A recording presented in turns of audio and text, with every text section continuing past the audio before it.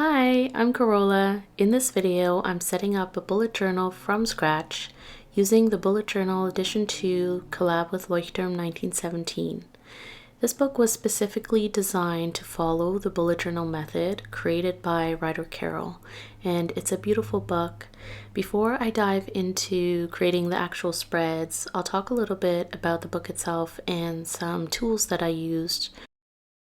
This dot grid notebook comes with grid guide on the inside cover, which is super helpful when you're setting up spreads. It also has pages that have headers already set up, so intention pages, index pages, and you can use them or ignore them if you want. This little booklet that comes with the book is helpful in giving some tips and pointers if you're new to bullet journal.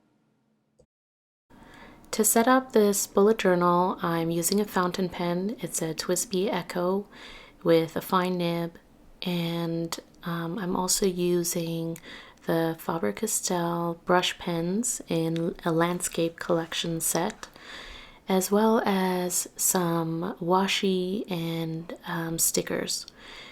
And these supplies were gifted to me by Phaidon Pens, which is a stationery store located in Cambridge, Ontario. So if you're local to Ontario, I would recommend checking them out. They're a great resource for fountain pens and inks and all things paper and stationery.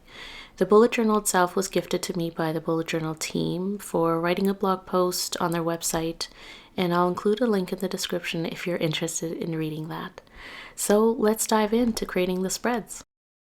So depending on how long each spread takes me to create, I may speed up the footage a little bit, or I may talk through it and walk you through what I'm doing. But either way, I hope you get the gist of what I'm creating and customize it to your own needs and what the bullet journal can help you with. I love that writer Carol describes the bullet journal method as a mindfulness practice disguised as a productivity system. And that is what attracted me to the bullet journal method in the first place, because I wanted to find a way to be more mindful in my daily life, but also stay productive as we all do.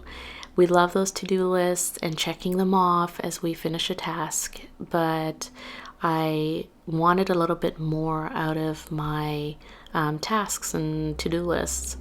So the bullet journal method is really the perfect way of combining the productivity that we want in each day to making it more intentional and mindful. So the page on the left-hand side is your key, and it's basically the symbols that you'll use to indicate when you start a task, complete a task, or other things that you may want to record in your bullet journal. On the right hand side, the page is the intentions, and it has an intentions header on the top, so you can use it for this purpose or you could use it for something else. I decided to write down my thoughts around what I want to get out of this bullet journal notebook, and just sort of free writing my thoughts around how this book could help me be more intentional in my daily life, sort of as a reminder, so I can always flip back to this page and see what I wanted to get out of this in the bigger picture.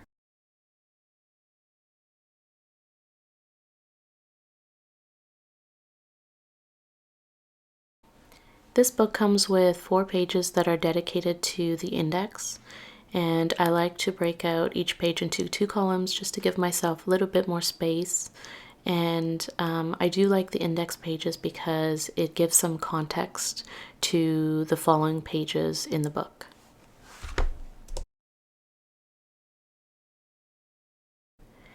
The future log is a great place to write down events and appointments that come up in future months, and you can refer to this area when you're setting up your monthly log, which comes later. And as appointments and events and just important dates come up, I come back to this future log and jot them in just so I don't forget. And I'm using the Faber-Castell PITT Artist brush pens to write or hand letter the months in the future log. So if you're interested in a little bit more about the Faber-Castell pens, I actually did a separate YouTube video comparing them to other brush pens, and I'll include a link if you're interested in checking that out. But overall, these pens do write really well, and as you can see, the brush itself is sort of a fine tip to medium tip and very flexible and super easy to hand letter with, and I enjoyed them. So the next two layouts I've dedicated to chores by week, as well as a layout for just regular house notes. So the next spread is dedicated to my hobbies and my interests. I like to keep tabs on what I'm interested in throughout the year for two reasons. One, to remind myself what I can do when I have some time to myself, and also to revisit this list later on and just see what I've sort of spent my free time on. And sometimes these hobbies and interests become a passion, and I practice them often, and other times they're just sort of projects that I've dabbled in and tried, but maybe it didn't become a long-term interest of mine, and that's okay too. I like trying new things, and I like learning about new stuff, learning new skills, and trying things out. And if they don't work out, that's okay, but I like jotting down notes around what I did try. This page houses a spread around projects that I want to get done throughout the year. And some of them are just creative projects. Some of them are DIY projects around the house. And that's what I list here. So these are two more layouts that I like to have in my bullet journal. One spread is dedicated to the books that I read because I love reading, and sometimes I forget the books that I've read throughout the year. So I like to have a document or somewhere where I can sort of house the different books that I've read. And so on one side of the column, I include books that I read, so just the titles and the authors. And on the other side of the column, I include a list of books that I want to read, so to be read is another list.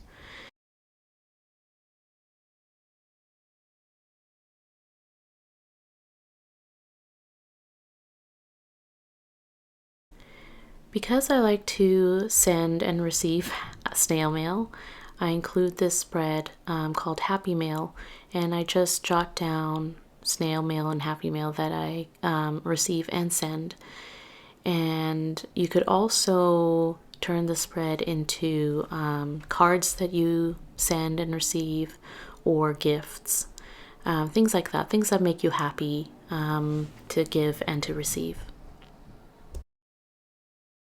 So those were basically my fundamental spreads that I like to include as part of a bullet journal when I'm setting it up from scratch.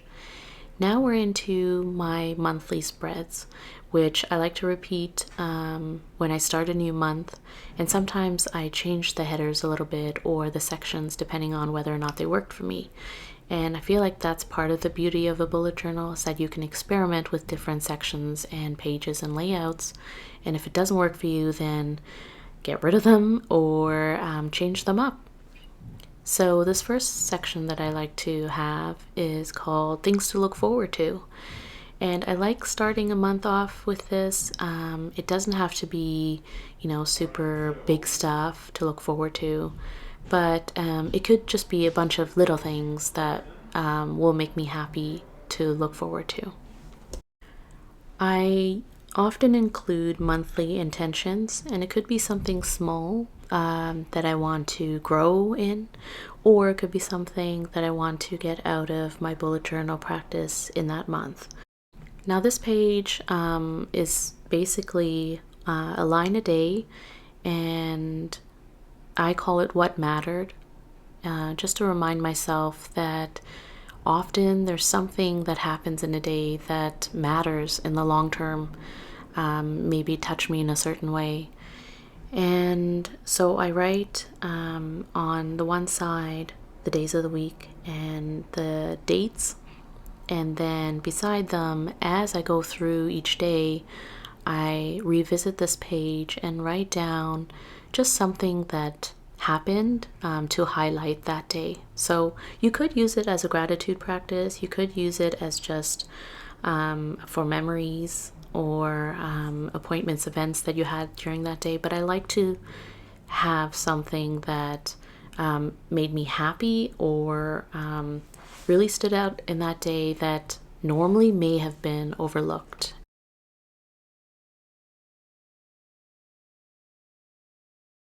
Then I include a column to track a specific habit for that month.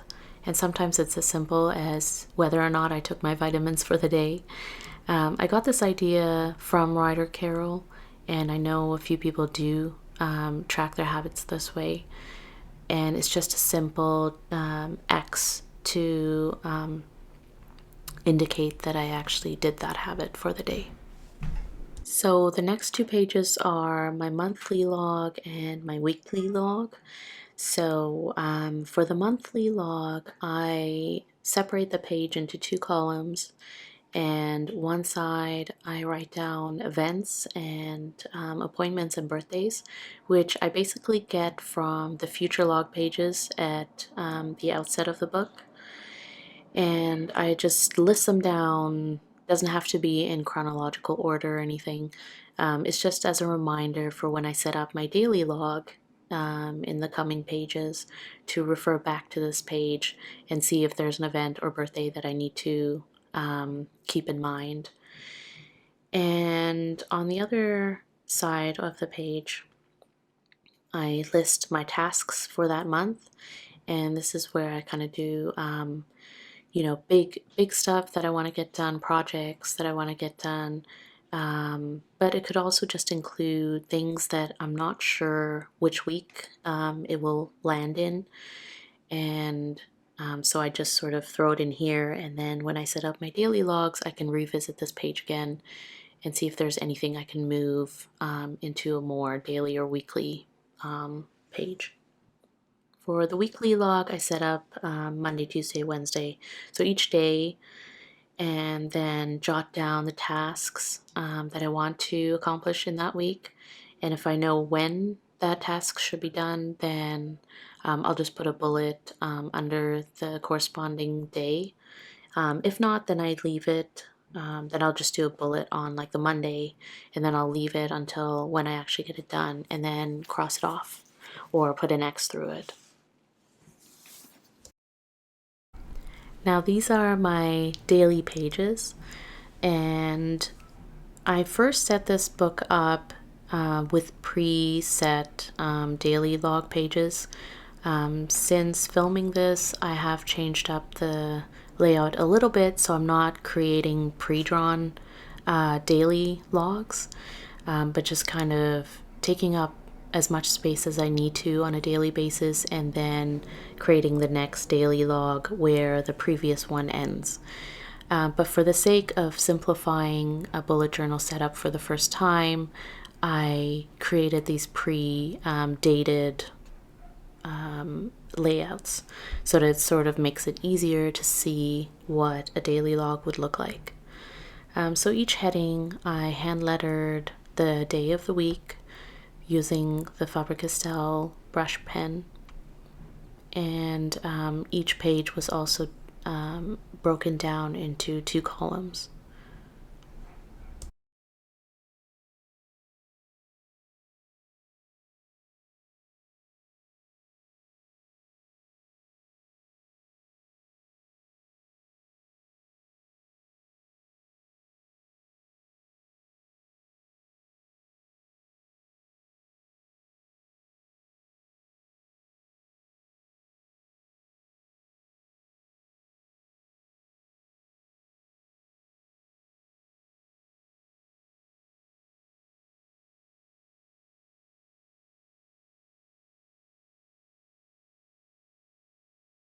Since I have an extra column after Sunday, I include a review section as well as next week.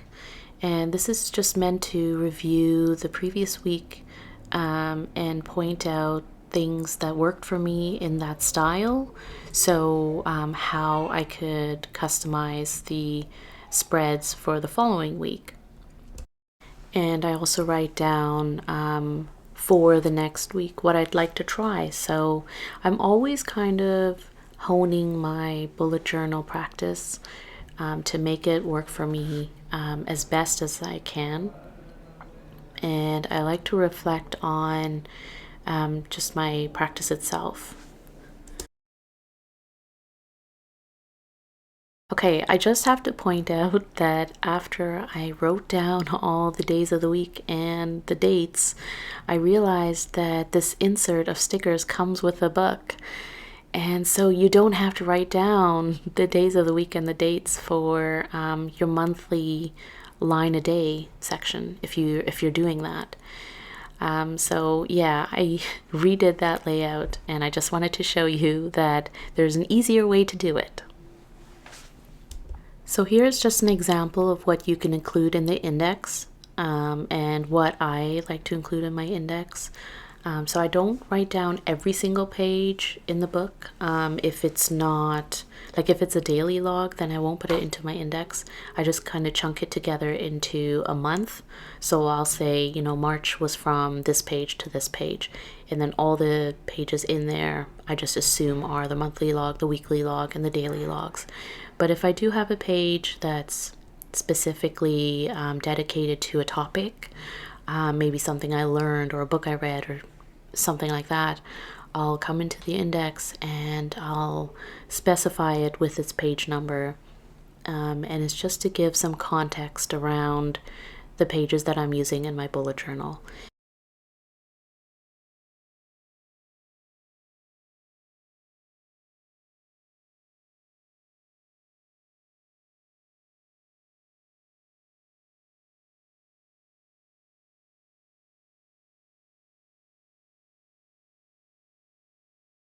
So I hope you found this video helpful in ways to set up your bullet journal from scratch when you're starting a new one. It can be a little daunting to think about all the different spreads that you can create, but these are, you know, the basic ones that I like to include. And again, it's a bullet journal, so you can always change it. You can always try new layouts, and if it doesn't work for you, it's fine. You learned something and you're moving on. If you want to see more about how I'm using my bullet journal and the different spreads that I've created, you can always check me out on Instagram. I'm at from Carola, and I have updated spreads on there that I like to share, and I love connecting and engaging, so come say hi over there. And I want to thank again the bullet journal team for gifting me this bullet journal edition 2 Leuchtturm collab book, as well as Fight On pens for supplying me with some great stationery, the Faber-Castell brush pens, as well as the TWSBI Eco fountain pen and stickers and washi tape stickers. So if you want to check them out, I will link them in the description below. They're Canadian, so shop local if you're Canadian. And they also have an online store that's you know, chock full of great stationery, fountain pens, and ink that you can try. And let me know in the comments if you bullet journal and what spreads work for you in your practice, or if you have any questions about how I make the bullet journal method work for me in my daily life and making it more intentional. So thank you for watching. If you like this video, then please like and subscribe, and I'll see you in the next video or maybe on Instagram.